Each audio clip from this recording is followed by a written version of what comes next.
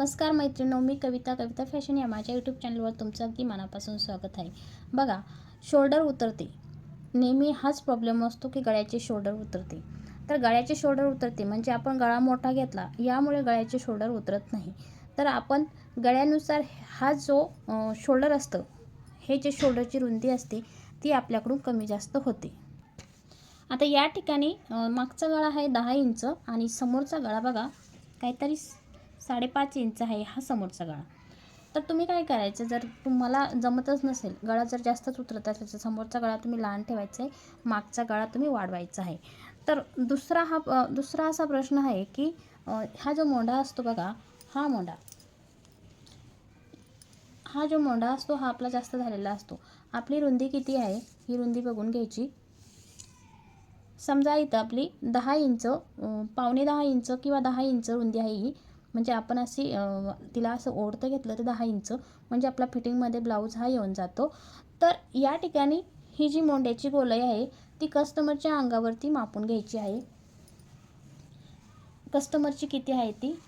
आता हा सुद्धा ब्लाऊज मी शिवलेला आहे बघा, हा पण प्रिन्सेस ब्लाऊज आहे आणि ह्या मापावरती आपल्याला हा मापाचा ब्लाऊज शिवायचा होता. तर ही मोंड्याची गोलाई मापून घ्यायची किती आहे ती, यावरती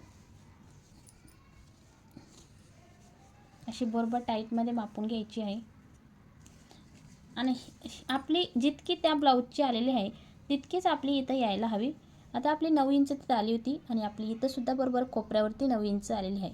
जर समजा प्रिन्सेस ब्लाऊजमध्ये ही उंची तुमची वाढलेली असेल किंवा कटिंग करते वेळेस म्हणा अशी उंची वाढलेली असेल, तर तुम्ही काय करायचं, हा जो टक्स आहे हा टक्स, या टक्स परत दाबायचा आहे. ही उंची आपल्याला, ही जी गोलाई आहे ती कमी करण्यासाठी हा टक्स दाबायचा.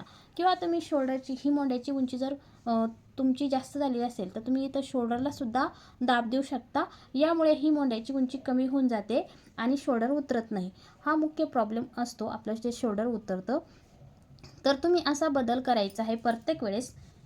जेव्हा जेव्हा तुम्हाला असे वाटेल की आपली ही मोंड्याची गोलाई मापून घ्यायची, प्रत्येक वेळेस ब्लाऊज तुम्ही कटिंग करताना मोंडा गोलाई तुम्ही ब्लाऊजवरती मापून घ्यायची आहे आणि नंतर ती कापडावरती टाकते वेळेस ही मोंडा गोलाई तुम्ही मापून घ्यायची आहे.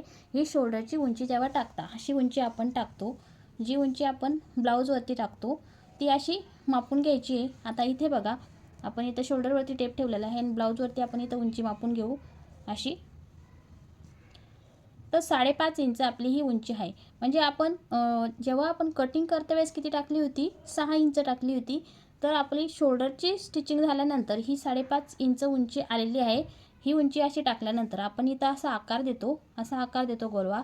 तर तेव्हाच हा मापून घ्यायचा, आपला 9 इंच आलेला आहे का बघून घ्यायचं.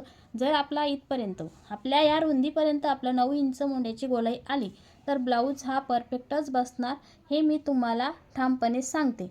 तुम्ही असा ब्लाऊज शिवून बघा, कटिंग करून बघा, शिवून बघा आणि मग नंतर मला कमेंट करा की ताई ब्लाऊज परफेक्टच बसणारच, हे मी तुम्हाला सांगते.